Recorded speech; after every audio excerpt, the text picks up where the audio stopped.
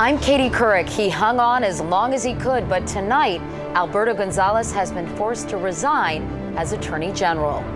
Even my worst days as Attorney General have been better than my father's best days. The president says his longtime friend and ally was treated unfairly. His good name was dragged through the mud for political reasons.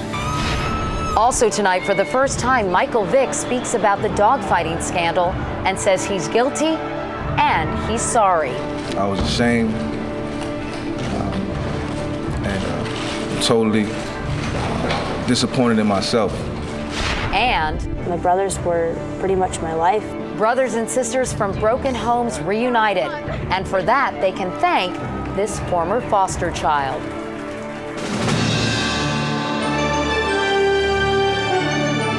This is the CBS Evening News with Katie Couric. Hello, everyone. Democrats and Republicans alike have been demanding his head for months. Today, they got it. Attorney General Alberto Gonzales, dogged by questions about his competence and credibility, resigned today after 2.5 years in office. His chief supporter to the end, President Bush, said criticism of Gonzales was all about politics. We begin at the White House tonight with Bill Plant. The Attorney General's long and controversial battle to keep his job ended in surrender. Yesterday, I met with President Bush and informed him of my decision to conclude my government service as Attorney General of the United States. Gonzales is a longtime friend and associate of the president who admires him for overcoming a dirt-poor Texas childhood. I have lived the American dream. Even my worst days as Attorney General have been better than my father's best days. Gonzales called the president Friday evening, then traveled to Texas to sit down with Mr. Bush and the First Lady at the ranch. Insiders said the decision was Gonzales' own, though he was well aware that the president's top advisors thought his departure was in the president's best interest. Mr. Bush himself remained fiercely loyal to his longtime friend and angrily denounced Gonzales' treatment. It's sad that we live in a time when a talented and honorable person like Alberto Gonzales is impeding from doing important work because his good name was dragged through the mud for political reasons.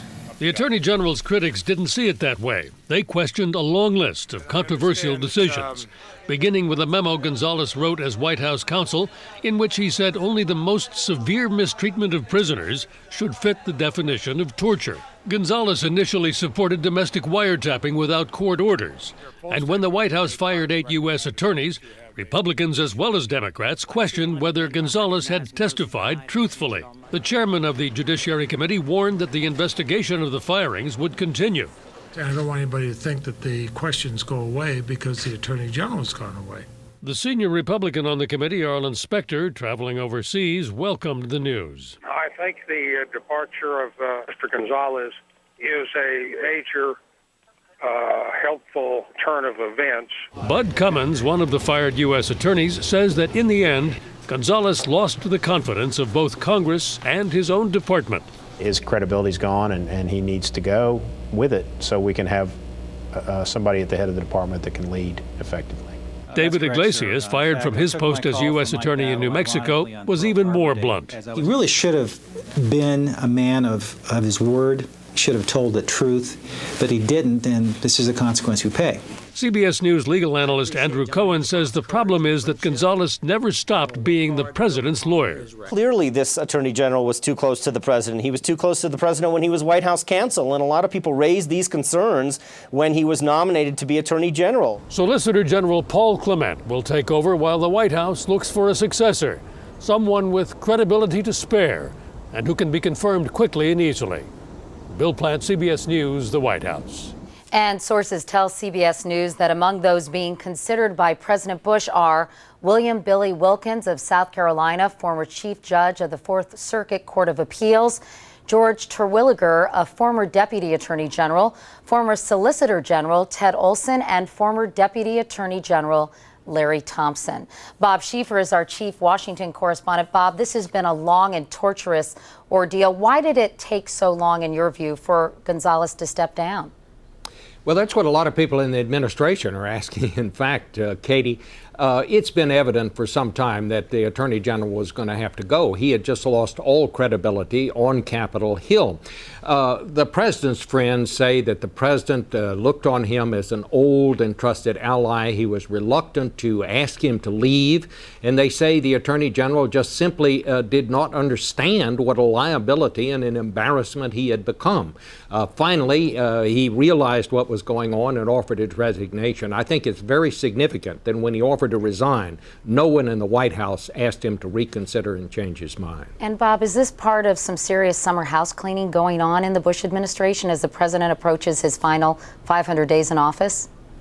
Well, they claim it was all on the Attorney General's timetable here, but the fact is Karl Rove is now leaving. Gonzalez is now leaving. We're going to go into this new and next session of Congress with virtually a whole new team. A team of really, when you look at it, Katie, Washington insiders. Most of the old Texas crowd has gone back to Texas. Having said that, what are you hearing, Bob, about his permanent replacement? Well, I think Wilkins is probably the most interesting name to pop up today. And I have to stress, no decisions have been made. Everybody at the White House told me today it may take them 2 weeks to come up with a successor. But Wilkins is a former prosecutor. He is a federal judge right now. And I'm told he would have the support of Democrats in South Carolina, which, of course, will be a key state in next year's presidential election. All right, Bob Schieffer in Washington. Bob, thank you so much. Now to the Michael Vick story. The Atlanta Falcons quarterback made a public apology today after he pleaded guilty to helping run a dogfighting ring. Now one of the biggest names in pro football is looking at some hard time in prison. How much will be decided by a federal judge. Mark Strassman reports from Richmond, Virginia. Truth now has consequences for Michael Vick. He could lose everything. His freedom, fortune, and football. Guilty, he told U.S. District Judge Henry Hudson, pleading to one count of conspiracy related to dogfighting. I'm totally responsible, and those things just didn't have to happen. Vick admits buying the Virginia property of Bad News Kennels, bankrolling its illegal gambling, and being aware weaker dogs were executed. What I did was very immature, so that means I need to grow up. For his lies, he apologized to everyone, from the NFL to his youngest fans. I was not honest and forthright in our discussions. I was ashamed and totally disappointed in myself. Vick will do time. His recommended sentence, a year to 18 months. But Judge Hudson, a dog owner, could give him up to 5 years. Hudson told Vick, "You'll have to live with whatever decision I make." Dog killer! Vick's crime is also wildly expensive. For 3 years, he owned the NFL's top-selling jersey. Now suspended indefinitely without pay, he could lose close to $150 million. $50 million in lost endorsements. $71 million remaining on his $130 million contract with the Atlanta Falcons. And $22 million more in already paid bonus money. The Falcons said today they want their money back. Only because I can see it's damaged the reputation of our club and the entire National Football League and betrayed the trust of many people. And for betting on dogfights, the NFL still potentially could ban Vick for life. NFL is really trying to make a statement here. It's trying to say, listen, guys, this is a privilege to play in this league. It's not your right. Vick will be sentenced December 10th. Seldom has an American sports star fallen so far, so fast. I will redeem myself. I have to. Unclear is whether the NFL or fans will give him that chance. Mark Strassman, CBS News, Richmond, Virginia. Now, if you're trying to sell a house, more bad news tonight. America's Realtors reported today there are now a record 4,590,000 unsold homes on the market. Sales fell in July for the 5th straight month. The market hasn't been this slow in nearly 5 years. Prices were down as well, the first year-to-year drop ever. The impact of the housing slump goes well beyond buyers and sellers. Here's Anthony Mason. 25 years in the business and I got let go. Andy Roach got his pink slip in Chicago last week when the major mortgage company he worked for closed. I'm going to have to say it's some of the toughest times I've ever seen.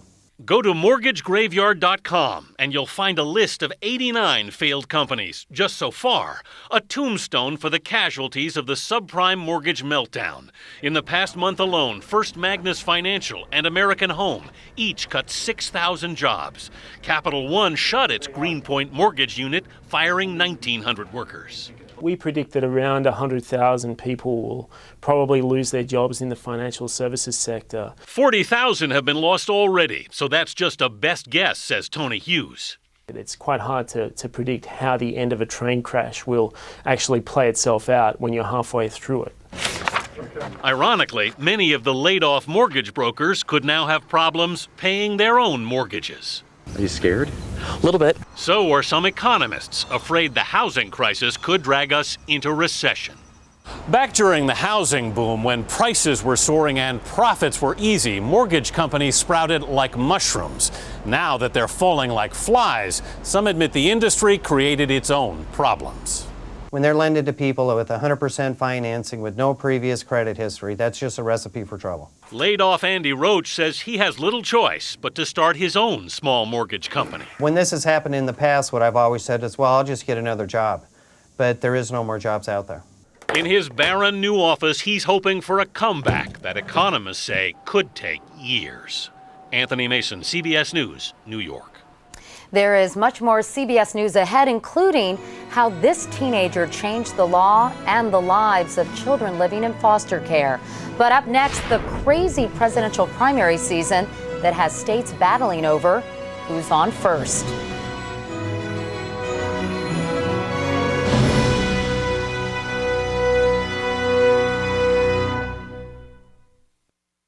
In the presidential campaign, states have been playing a game of leapfrog, moving their primaries up to try to have more influence in deciding the nominee. But one state that did that, Florida, might wind up with no influence at all. Tonight, the Democratic National Committee is warning Florida, which moved its primary up to January 29th, to move it back at least a week or else. Jeff Greenfield now with the else. Could the Democratic National Convention next summer really look like this? With all 210 delegates from the critical state of Florida barred from the floor? That's what party officials are threatening. I'm going to send a message to everybody in Florida that we're going to follow the rules. It is the latest and the most serious flare-up so far over a seemingly endless parade of calendar shifts, which might end up reshaping both the timing and the outcome of this campaign. Going into this year, Democrats tried to answer the long-term complaint that Iowa and New Hampshire, the states that always get to go first, were not representative enough, a euphemism for too rural and too white. So they gave earlier start dates to Nevada and South Carolina with their large minority populations. Everyone else, they said, would have to wait until at least February 5th. What happened? Some 20 states, including heavyweights like New York, California, New Jersey, Illinois, and Florida, all rushed to February 5th. Creating a jam that looked something like this, and also created something like a national primary. It seemed to Democrats like a good idea. At least it would answer one major complaint of the big states. They're afraid of being shut out of a process that effectively leaves them no voice in who ultimately becomes the party nominee. But when Florida voted to jump the gun a week and move its primaries to January 29th, the dominoes began to fall. South Carolina Republicans said they would move to January 19th, which pushed New Hampshire and Iowa to say they'd move their primaries to make sure they were staying out in front of the others. And if that's not enough chaos, Michigan this week may vote to move its primary to January 15th, which New Hampshire officials say may push its primary back into December of this year. Does any of this matter? Well, it does to the less well-known candidates like Delaware Senator Joe Biden. It makes it, this nomination goes to the highest bidder, whoever has the most money to engage in wholesale politics of going up on television in the big states. And it'd be a shame if that happens. Florida Democrats have 30 days to decide whether to comply with the National Committee's mandate to change their primary date. Republicans may decide what to do about Florida next month. As for the possibility of vacant seats at the Democratic Convention next year, well, how likely is it that the nominee will want to kick off the campaign by shutting out one of the largest states in the land? Jeff Greenfield, CBS News, New York. Meanwhile, there is word tonight that Republican Senator Larry Craig of Idaho pleaded guilty this month to disorderly conduct charges. The Capitol Hill newspaper Roll Call says Craig was arrested at the Minneapolis airport by police investigating complaints of lewd conduct. But tonight, the senator says he told the police his actions were misconstrued and he denies doing anything wrong. Craig was fined $1,000. When we come back, a modern-day Greek tragedy, the desperate battle to save lives from devastating wildfires. Firefighters in Greece are facing a long, tough battle with wildfires that are breaking out faster than they can put them out. 89 new fires have started since yesterday, and the smoke can be seen all the way from outer space. On the ground, frantic rescue efforts are underway. Here's Richard Roth. The death toll's risen above 60, and flames are still raging in the country's worst fires in more than 100 years.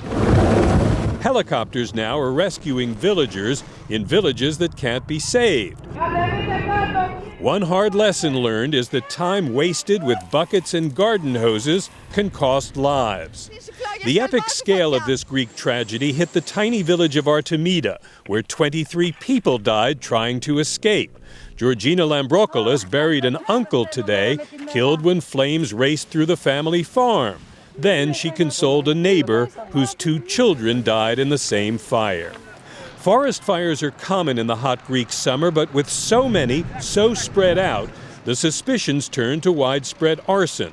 There have been arrests, and Greek TV claims this grainy video shows 2 arsonists at work. The theory is that land speculators want to clear forests for development. Firefighters from as far away as Israel and Iceland have joined the Greeks in battle, and the efforts have saved Olympia, where the Olympic Games were born. But hard work and hope are the only weapons against these fires now, and what Greece desperately needs is rain. Richard Roth, CBS News, London. In other news tonight, the FAA is ordering emergency inspections of hundreds of 737 jetliners. This follows last week's spectacular fire in Tokyo that destroyed a Taiwanese 737 that had just landed. Amazingly, no one was killed. Investigators believe a bolt from a wing slat pierced the fuel tank, and the FAA wants most 737s manufactured in 1997 or later to be checked for loose parts. We have a very sad and personal story to tell you now. Another of our CBS News colleagues has been killed in Iraq. Anwar Abbas Lafta, who worked as a translator in our Baghdad bureau, was abducted from his home by a group of armed men and killed. All of us at CBS News extend our deepest sympathies to Anwar's family and friends. And we found another young person with a valuable lesson for adults, the importance of keeping family members together. 600,000 American kids are in foster care. 3 out of 4 are separated from at least one sibling, and often the courts offer no help in getting them back together. But as Kelly Wallace reports, a teenager in Maine set out to change that and showed the American spirit. There is no place 19-year-old Kayla Clark would rather be. Lobstering like an old salt near her hometown in Maine, an escape from what she's been through. Every day I'd hope that it'd wake up and it'd be gone. I can't understand why anybody would hate a kid so much. The beating started in the 2nd grade. You have to deal with it at some point. You can't keep hiding under a rock and saying it'll go away. At 12, she was taken in by a foster care family she now considers her own. Oh, I have her a little spoiled, that's all. Kayla found a safe harbor, but couldn't see her 2 younger brothers who stayed with her biological mother.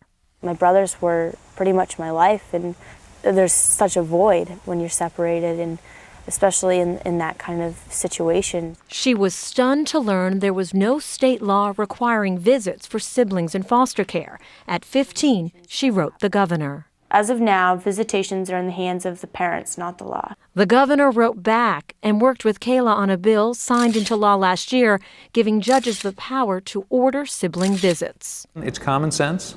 Should have been done, wasn't being done, but, you know, she brought it to everybody's attention. The law was passed 1 week after Kayla's 18th birthday. That meant it was too late to do anything for her and her siblings. But not for these brothers and sisters who just spent a week together at a camp for kids in foster care. You can free climb it? Yeah, right. Sam and Carl Martin have been separated since they were little.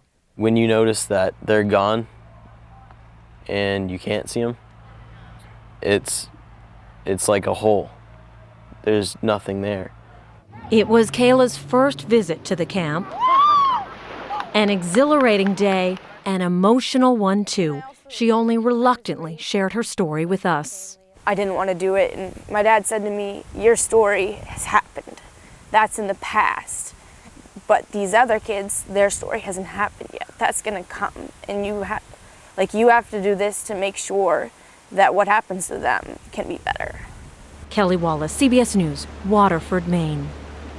And that's the CBS Evening News for tonight. I'm Katie Couric. Thank you for watching. I'll see you tomorrow. Good night.